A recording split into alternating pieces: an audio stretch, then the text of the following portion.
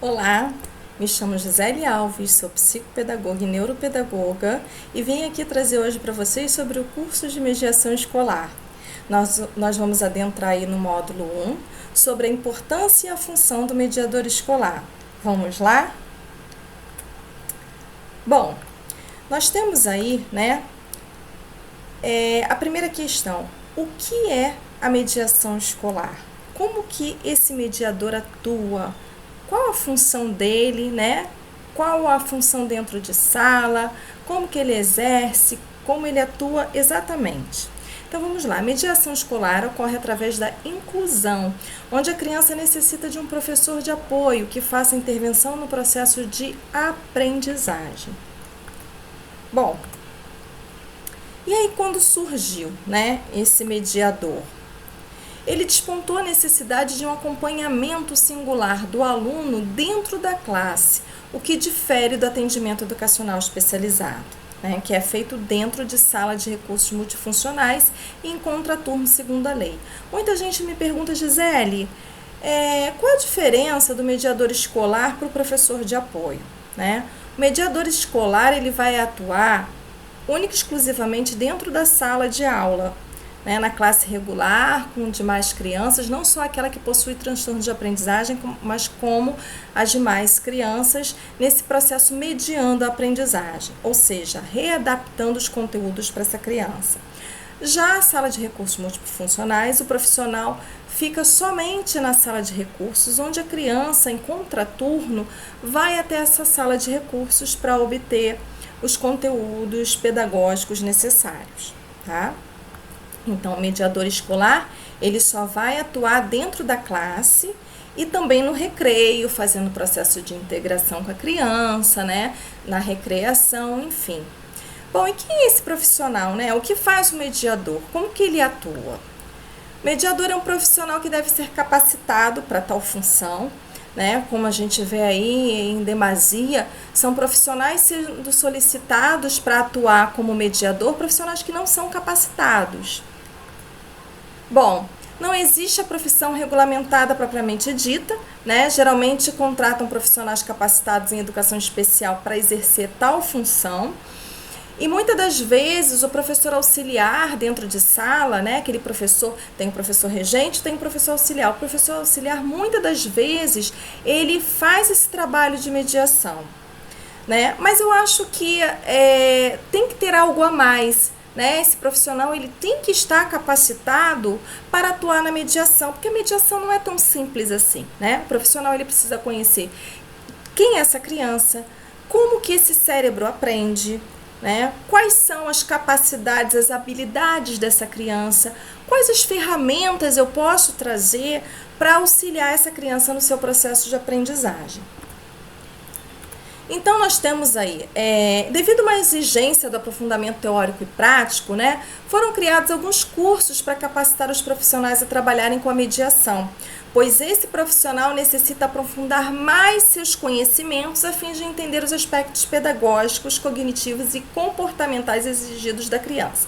Então, não basta apenas a gente entender pedagogicamente de todo o contexto. A gente tem que entender também o comportamento dessa criança, os aspectos sociais, culturais. A gente precisa entender basicamente o que são esses transtornos de aprendizagem e como eles inferem, na capacidade desse sujeito aprender. Bom, eu vou contar uma história bem rápida, sobre como que foi criada essa titulação de mediador escolar, Na França, entre 98 e 2003, foram criadas associações para capacitar e auxiliar o mediador escolar de acordo com as necessidades que eles apontavam. Já em junho de 2003, eles passaram a responsabilidade de educação nacional. Então, na França, entre 98 e 2003, esses profissionais eles foram capacitados para tal função, ou seja, eles foram capacitados para atuar com essas crianças que não conseguiam aprender de maneira significativa. Bom, falar em mediação é entender sobre inclusão. Um questionamento que eu faço, o que você pensa, o que você acha, que é realmente a inclusão, né? Ela tem um cunho social, ela tem um cunho pedagógico, ela acontece realmente da maneira que a gente pretende que ela aconteça. Então, assim, são vários os questionamentos que a gente faz sobre a inclusão, né? Ela ainda está sendo desvendada de acordo com o tempo, né? De acordo com as nossas aprendizagens, com os nossos conhecimentos científicos, de como essa aprendizagem ela pode ocorrer de maneira significativa através da inclusão. Será que essa inclusão ela está sendo feita de maneira assertiva? Né? Então, são vários questionamentos que a gente tem que fazer aí nesse processo. Bom, o mediador tem que possuir conhecimentos específicos de algumas áreas que engendram a função de mediar. Então, aquilo que eu falei, não é apenas estar como um professor auxiliar, né? E ali mediar a criança, pegar uma adaptação curricular e aplicar nessa criança. Não, perpassa isso. Esse profissional ele tem que entender o que é mediação. Quais são os transtornos que essa criança pode possuir, né? Pode vir a possuir. O que essa criança apresenta? Ah, beleza, ela tem uma dislexia, ela tem um autismo, ela tem um TDAH, né? Onde eu posso inferir de que maneira prática, didática, pedagógica eu posso auxiliar essa criança. Então, isso tudo, o mediador, ele tem que ter tanto conhecimento teórico quanto conhecimento prático em relação a essas habilidades. Bom, primeiramente, vamos partir do pressuposto da etimologia da palavra. O que significa mediação? Por que foi criado esse nome de mediador escolar? Né? Mediação, vem de mediator, que significa estar entre duas partes, ou seja, no meio. O que esse mediador faz? Ele pega a aprendizagem, né? Todo o conteúdo escolar que o professor passa, ele vai transformar esse conteúdo para adaptar com essa criança que precisa dessas intervenções. Então, ele vai ficar no meio, por isso o nome mediador. Ele fica no meio entre o professor e o sujeito cognoscente. Bom, porém, como a palavra explicita, né, mediador escolar é aquele que intervém no processo de aprendizagem da criança mediando, né? E aí, eu vou fazer com vocês agora uma pequena dinâmica, né? Chama-se a dinâmica da aprendizagem. E essa dinâmica, ela vai levar vocês alguns questionamentos, né, acerca como que é essa aprendizagem. Se ela é fácil de passar, como que você sente ao passar o conhecimento para o seu aluno, né? E como que esse aluno se sente ao receber esse conhecimento. Então, a aprendizagem, né, a gente tem que torná-la significativa, ela tem que ser integrativa, ela tem que ter entendimento e ela tem que ter critérios para que ela seja uma aprendizagem ideal. Bom, por que ela tem que ser significativa? Porque não basta apenas o profissional passar esse conteúdo. Esse conteúdo tem que ter valor específico para essa criança que aprende. Que valor é esse? O valor do conhecimento. Eles têm que estar em contato com esse conhecimento, né? E tem que adquirir esse conhecimento de uma forma lúdica, prazerosa, prática, né? Com algumas metodologias específicas. Então, se não necessitasse do mediador para que fizesse essa aprendizagem significativa, então o aluno ficaria dentro de classe comum sem nenhum apoio, não acham?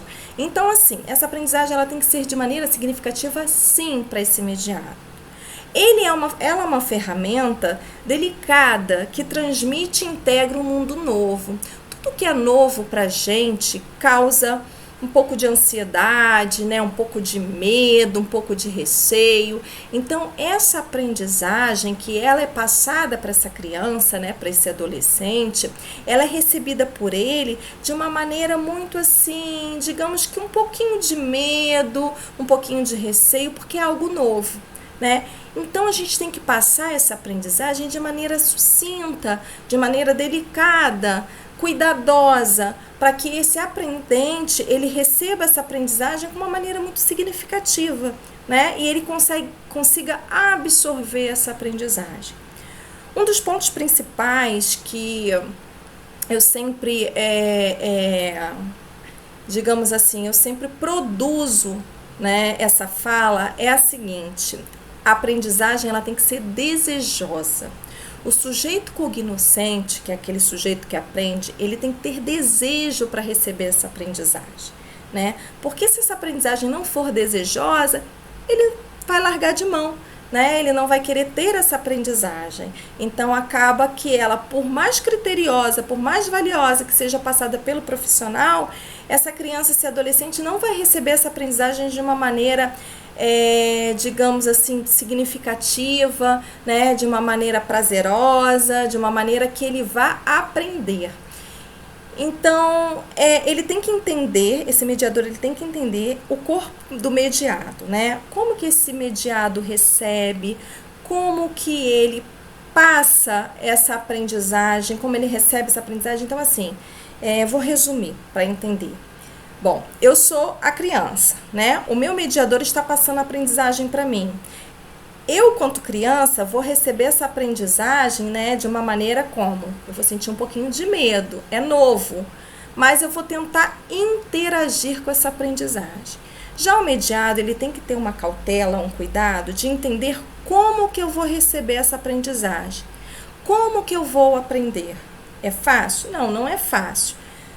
Um exemplo, geralmente quando eu vou receber algo novo, um conteúdo, que eu estou numa sala de aula, que eu estou aprendendo, qual é a maneira que eu aprendo? Eu ouço bastante, eu presto atenção no meu professor, né?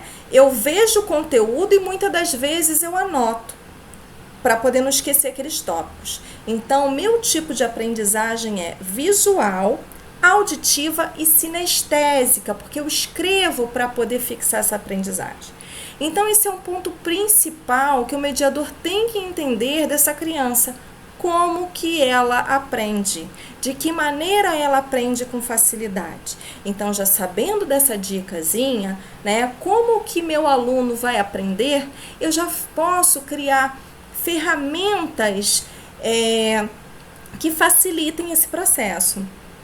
Digamos assim, por exemplo, se meu mediado, ele aprende de uma maneira melhor, com videoaulas, com músicas, né, ou com figuras, com algo muito colorido, o que eu vou fazer? Uma ferramenta prática. Eu vou utilizar um tablet, né, para passar algumas videoaulas, ou uma televisão, né, ou a parte auditiva, falando com esse aluno, mostrando figuras para ele, para fazer com que ele entenda o conteúdo passado, tá?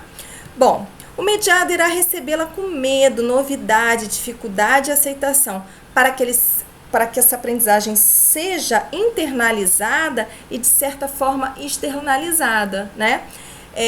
A gente aprende e a gente expõe o que a gente aprende, né? Como que a gente expõe? Escrevendo, falando, né? Então, essas são as formas da gente externalizar a nossa aprendizagem. Bom, aqui, agora eu vou mostrar para vocês alguns pré-requisitos do mediador, né?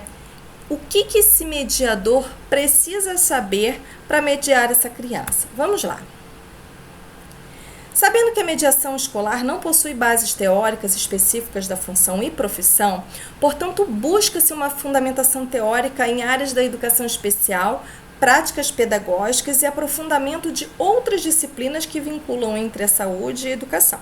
Então, a mediação ela não tem um conteúdo teórico específico dela, né? Como eu falei no início desse vídeo, a gente tem que saber, basicamente, um pouquinho de cada coisa, né? Um pouquinho de neurociências para entender como esse cérebro aprende, um pouquinho de inclusão para saber o que é de direito, o que é de dever da escola, o que é direito da criança. A gente tem que saber um pouquinho de psicomotricidade para entender esse corpo dessa criança, como ele vai receber essa aprendizagem. Então, o mediador, ele é multidisciplinar, né? Ele tem que aprender um pouquinho de cada coisa para que ele tenha uma base teórica e nisso consiga transformar essa base teórica em prática. Bom, vamos entender basicamente a singularidade dessa criança, né? Mediar não significa dizer que você vai com total êxito passar essa aprendizagem para a criança, concordam? Então, assim, a gente precisa entender que essa criança tem as suas limitações. Limitações essas que a gente tem que traçar um perfil pedagógico dessa criança e conhecer quem é essa criança. O que ela tem de habilidade, o que eu preciso construir de habilidade com essa criança, né? Vamos lá, o aluno mediado é um sujeito singular, com suas necessidades específicas e suas capacidades únicas. Cada um traz consigo sua bagagem. Que bagagem é essa, né? Seus conhecimentos. O que eu trago de conhecimento? Bom, seja ela cognitiva ou seja um autista, não é igual ao outro. Uma criança disléxica não é igual ao outro. Então, a gente não pode, em nenhum momento, pegar um transtorno de aprendizagem, um transtorno comportamental específico e comparar todas essas crianças com esse mesmo transtorno. Então, nem os nossos dedos das mãos são iguais, né? Então, a gente não pode, por exemplo, igualar um autista ao outro, um disléxico ao outro, tá? A gente tem que separar, porque cada um tem sua singularidade, seu modo de aprender, seu modo de se expressar, enfim. Bom, o aluno em situação de inclusão é um aluno individualizado que precisa ser trabalhado em grupo, portanto, se define a ideia de inclusão. Vamos pensar na seguinte situação, a gente está falando a priori de uma inclusão social, né? E para transformá-la numa inclusão pedagógica. Gisele, é diferente inclusão social e pedagógica? Digamos que na teoria não, mas na prática é. Por quê? É muito mais fácil incluir socialmente essa criança, ou seja, integrá-la dentro de sala, colocar essa criança dentro de sala. Mas as crianças hoje as escolas estão virando depósito dessas crianças, né? O que a gente precisa transformar? Essa integração em qualidade. Se é uma inclusão, ela tem que ser pedagógica. Como que eu vou fazer essa inclusão se tornar pedagógica? Adaptando o conteúdo disciplinar, os materiais, para que essa criança aprenda de uma forma lúdica, criativa e sucinta, para que ela tenha uma aprendizagem ideal. Mas ela vai conseguir se igualar às outras crianças? Talvez sim, talvez não.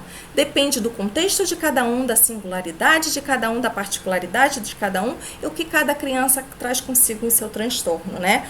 Às vezes tem criança que tem mais de uma comorbidade. O que seria mais de uma comorbidade? Essa criança, às vezes, ela tem uma dislexia, mas ela também pode possuir um transtorno comportamental, né? Ou essa criança pode ter um autismo, ela pode também ter um autismo junto com uma deficiência intelectual, então a criança pode vir a ter mais de uma comorbidade. Bom, o objetivo do mediador é ajudar o aluno a ser inserido no grupo e na estrutura pedagógica da escola. Seu papel é adaptar as diversas maneiras de aprendizagem que o material do aluno esteja acessível e com isso a criança ou adolescente conseguir sua autonomia na aprendizagem, né? Esse material ele tem que estar acessível tanto dentro de sala quanto fora de sala, né?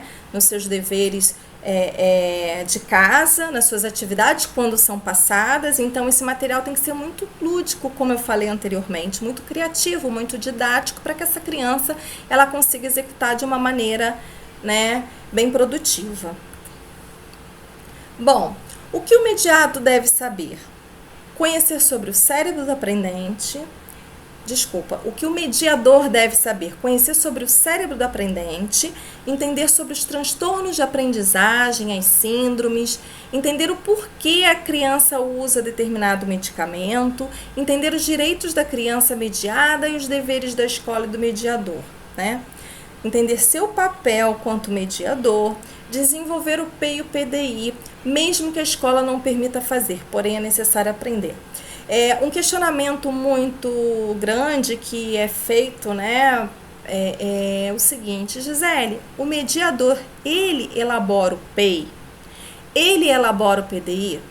Então, na maioria das vezes, quem faz a elaboração do PEI e do PDI, né, ou é a professora de sala de recursos, quando essa escola tem essa sala de recursos, ou é o orientador educacional, ou é o psicopedagogo escolar, enfim. Dependendo de cada escola, né, é um profissional específico. Mas aqui a minha proposta nesse curso de mediação como gestora, como educadora, né, como criadora desse curso de mediação, a minha proposta é levar a vocês, né, o melhor conteúdo possível, ou seja, aprender de maneira prática. O mediador ele não tem que ser somente um cuidador, como em muitos locais se é falado sobre a função do cuidador, né? O mediador ele tem que ter ferramentas específicas para atuar nesse processo de aprendizagem. E uma dessas ferramentas é essa construção do PEI, que poucos profissionais hoje têm conhecimento desse PEI, né? Como executar, como elaborar, como adaptar um currículo, como elaborar um relatório pedagógico dessa criança. Então, nos dias atuais, né, devido a essa demanda da inclusão, é muito difícil realmente um profissional conseguir elaborar de uma maneira gratificante, produtiva, né, esse PEI sem nenhuma dúvida, né? Mas eu vou mostrar para vocês que o PEI não é um bicho de 7 cabeças, aos pouquinhos a gente vai aprender um pouco sobre ele. Nós vamos aprender no final do curso a trabalhar o passo a passo de como é executado esse PEI, como que vocês vão fazer para poder trabalhar e aplicar, né? Porque não adianta só a parte teórica, a gente tem que entender a prática, tá bom? Então vamos lá, esse mediador ele tem que saber sobre a inclusão, saber aplicar as metodologias lúdicas e materiais específicos adaptados a cada necessidade da criança. Bom, agora eu vou jogar para vocês, para terminar esse primeiro módulo aqui, né, uma enquete sobre a inclusão. Então, terminando essa primeira parte da função do mediador, quem é esse profissional, né, que é dividido esse vídeo em 2 partes, eu vou jogar para vocês uma enquete que vai ser sobre, vai atuar aqui como uma atividade, tá? Primeiro eu quero que você reflita sobre essas questões e depois você responda, tá bom? Então vamos lá, qual é a sua visão sobre a inclusão? Você acha que as escolas estão preparadas para tal? A inclusão funciona em todos os aspectos pedagógicos e sociais? Você está seguro quanto ser um mediador, os direitos e deveres da escola e da criança? Você está seguro como atuar, como mediador ele atua dentro da sala de aula? Então está lançado aí o primeiro desafio, a primeira enquete do nosso curso, tá? Aguardo vocês para o próximo módulo.